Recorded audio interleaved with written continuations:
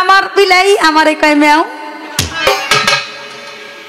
নবুয়তের পাওয়ার লইয়া বেলায় চলে আবার কয় এত এই যে এত কিছু যাই কইলেন ভাস্করণী পাগলের কথা বলছেন বরফির আব্দুল কাদের জিলানীর কথা সবার কথা ঠিক আছে সবার কথা আমি মানি সবার মধ্যে নবুয়ত ছিল আছে এবং আপনার মধ্যেও আছে নাহলে আপনি পিশাবি করতে পারতেন না এটা স্বীকার করলে সমস্যা কি কি সমস্যা চালাকি যদি করেন চালাকি পরে বুঝবেন চালাকি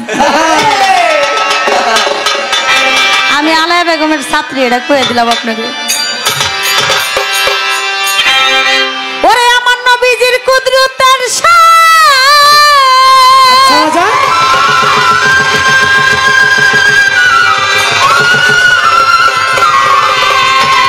ওরে আমার নবীজির কুদরতের শান যদি কাগজ বানাই 27 মান লেখা শেষ করা যায় না তার নামেরই ব্যাখ্যা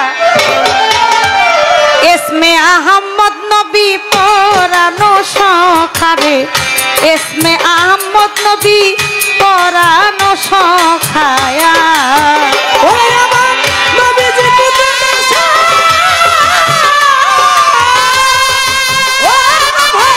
নবীজি কুদরতের শান যদি কাগজ বানাই 27 মান কবুল কাছে সইতো না নামের ব্যাখ্যা ইসমে আহমদ হুজুর পরানো সখা ইসমে আহমদ হুজুর পরানো সখা রাসূল রাসূল মুকাররম নূর আরে রাসূলে মুকাররম নূরে হয় মুআজ্জম 4.5 হাত প্রকাশ পুস্তিকায় আরে রাসূলে মুকাররম নূরে হয় মুজাসসাম 4.5 হাত আসলাম প্রকাশ পুস্তিকায় আরে রাসূলে মুকাররম নূরে হয় মুজাসসাম 4.5 হাসনাম প্রকাশ পুস্তিকায় ওরে তাসবিরে কাবিরে প্রকাশ হয় তার ভিতরে তাসবিরে কাবিরে লেখা হয় তার ভিতরে তাসবিরে কাবিরে লেখা হয় তার ভিতরে তাই তো কোরআন ভরে আসসালামু আলাইকা ইসমে আহমদ নবী পরানো সখারে ইসমে আহমদ নবী পরানো সখায়া ওরে আমার নবীজি কুদরতের শান নবীজি কুদরতের শান যদি কবুল কাছে সইতো না নামের ব্যাখ্যা ইসমে আহমদ হুজুর পরানো সখা ইসমে আহমদ হুজুর পরানো সখা দয়ালো তুমি আহাদ হইতে আহমদ পাক জমানে মোহাম্মদ সকল ধর্মের হাকিকত তোমার তরিকায় ও তুমি আহাদ হইতে আহমদ পাক জমানে মোহাম্মদ সকল ধর্মের হাকিকত তোমার তরিকায় ওরে তুমি আহাদ হইতে আহমদ পাক জমানে মোহাম্মদ সকল ধর্মের হাকিকত তোমার তরিকায় ওরে আমার শরিয়ার মালিকি আরেক ভক্তর হাকিকি শরিয়ার মালিকি আরেক ভক্তর হাকিকি করুণা ওরে তিন অবস্থায় আছো তুমি করুণা বাকা ইসমে আহমদ নবী পরানো সখারে ইসমে আহমদ নবী পরানো সখায়া আমার নবীজি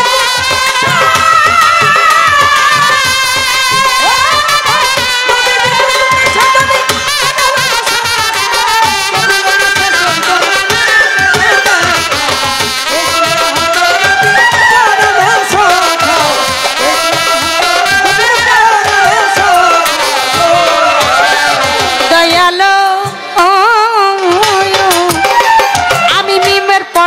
উঠাইয়া তোমারে দেখলাম চাইয়া খুদে খোদা রব রহমান সব তুমি একাই দেখলাম তোমায় চাহিয়া তুমি খোদে খোদা রহমান সব তুমি একা। ওরে আমি মিমের পর্দায় উঠাইয়া তোমারে দেখলাম চাইয়া খোদা খোদা রব রহমান সব তুমি একা। সরকার রশিদার মুনাজাত ধরো দয়াল রূপে তারিফ করো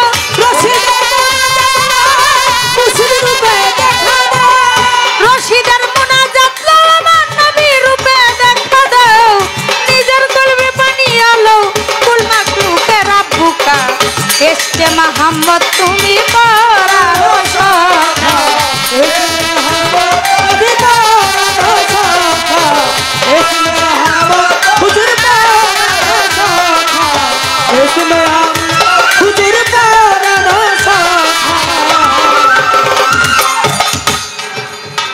ধৈর্য ধরে নীরব থাকেন সবারে জানাই আপনারাই আছেন যারা জ্ঞানী শ্রোতা ভাই। এই গানটা গাইলাম বুঝাইলাম যে আমি আসলে আপনার বেলায়েত পছন্দ করি না। হ্যাঁ পছন্দ করি কিন্তু আমার একটু জানার বিষয় ছিল আসলে বেলায়েতটা আমি তো জানি না বুঝি না। যে জানে না এত গোবরেরও সন্দেশ মনে করে না। তা আমি তো জানি না দেখে আপনার কাছে কইছিলাম যেটা কি খায় না মাথায় দেয়। আপনি আমার এটারে একবারে সরিষার তেলের মধ্যে লয়ে গেলেন গা। নারকেল তেল সরিষার তেল ভালা তেল এ মাথার মধ্যে দেয়। আমি সেই দেওয়ার কথা বলি নাই, আমি বলছি গুরুর বীজ মন্ত্র ভক্তের কর্ণের মধ্যে যেই বীজ মন্ত্র ঢুকায় যেখানে দেয় আমি সেই দেওয়ার কথা বলছি। আমি ওই যে তাওলার মধ্যে তেল দেয় এটা তো থাকে না ধুইলে আবার জায়গা এই তেলের কথা কই নেই। এখন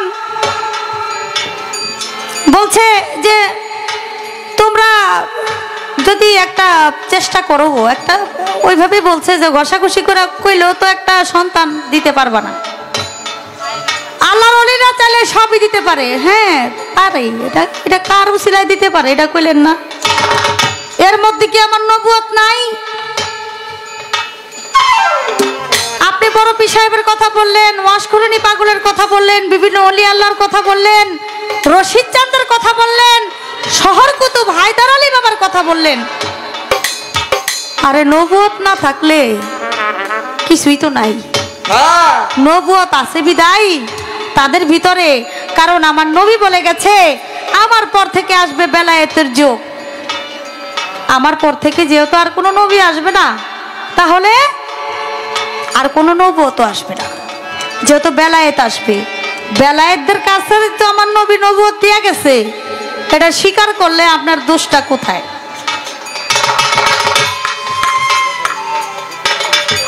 একবারও তো বললেন না যে না আমাদের কাছে নবুয়ত আছে এর জন্য আমরা এগুলা করতে পারি, আর আল্লাহর ওলিরাও এগুলা করছে। নবুয়ত ছিল, আছে এবং থাকবে। বেলায়েতের পীর মুর্শিদ যারা তাদের মাধ্যমেই নবুয়তটা এখনো পর্যন্ত আছে, আর না হলে থাকতো না। বেলায়েতের পীর মুর্শিদ ওলি যারা তারা যতদিন আছে আমার নবুয়ত ততদিন আছে, তাদের মাধ্যমে আছে, তারা প্রকাশ করতেছে, প্রচার করতেছে, এটাই হলো বড় বিষয়, আর কিছু না।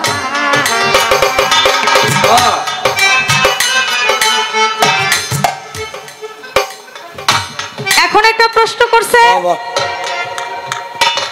জিব্রাইল নবীর খুঁজতে আইছে, নবীরা খুঁজতে আইছে। আচ্ছা নবী কি জিব্রাইল কি জানে না নবী কোথায় আছে? হ্যাঁ হ্যাঁ জানে, অবশ্যই জানে। জিব্রাইল জানবে না কেন? কারণ আল্লাহর কথাবার্তা ছাড়া জিব্রাইল কখনো নবীর কাছে আসে না। আমার আল্লাহই পাঠাইছে জিব্রাইল রে তুমি ওইখানে যাও। এর জন্য জিব্রাইল আলাইহিস সালাম ওইখানে গেছে। ওইখানে গিয়া নবীরে পাই নাই, এটা তো জিব্রাইলের দোষ না। আমার আল্লাহর কথা যেভাবে বলছে এইভাবে জিব্রাইল শুনছে। কারণ জিব্রাইল যদি না, আল্লাহ যদি না বলতো তাহলে তো জিব্রাইল ওই ঘরে যাইতো না। কারণ জিব্রাইলের মনে একটু অহংকার ছিল। জিব্রাইল মনে করত যে আমার পাক পাঞ্জাতনের চাইতে বড় কিছু জিব্রাইল। জিব্রাইলের মনে এই অহংকারটা ছিল বিধায় আমার আল্লাহ তো সবকিছুই জানে, আমার সবকিছু আমার মালিক আমার পরওয়ারদিগার জানে কার মনে কি আছে, সমস্ত কিছু আল্লাহ জানে। এর জন্যই আমার আল্লাহ একটু জিব্রাইল রে ঘুরায় পাঠাইছে এই অহংকারটা দূর করার জন্য, যেন সবকিছু জিব্রাইলের সামনে প্রকাশ হয়ে যায়। এর জন্য জিব্রাইলকে আমার নবী ঘরের সত্ত্বে না থাকতেও তারপরেও মা ফাতেমার কাছে জিব্রাইলকে পাঠাইছে। এটা একটা নীলা খেলা, আর কিছু না। আমি আর বেশি কিছু বললাম না, যেহেতু সমস্যা, কারণ সময় একেবারে কম। এই সময়ের মধ্যে আমাদের 2-3টা গান গায়ে আমাদের বিদায় নিতে হবে, আর কোনো সময় নাই। তো আমি সারা রাত্র অনেক কথা বলেছি, আমার কথায় ভাষায় অনেক ভুল ত্রুটি আছে, আল্লাহর রাস্তে আপনারা ক্ষমা করবেন, আমার বাবাজিও যেন ক্ষমা করে দেয়। আসলে এই পালার মধ্যে একটু আড়াআড়ি কারাকারি পারাপারি না থাকলে কোনো মজা হয় না। এর জন্য আমি এতগুলো কথা বলেছি, বলতে বাধ্য হয়েছি। সবাই ক্ষমা সুন্দর দৃষ্টিতে দেখবেন। সকলের প্রতি সালাম, আসসালামু আলাইকুম।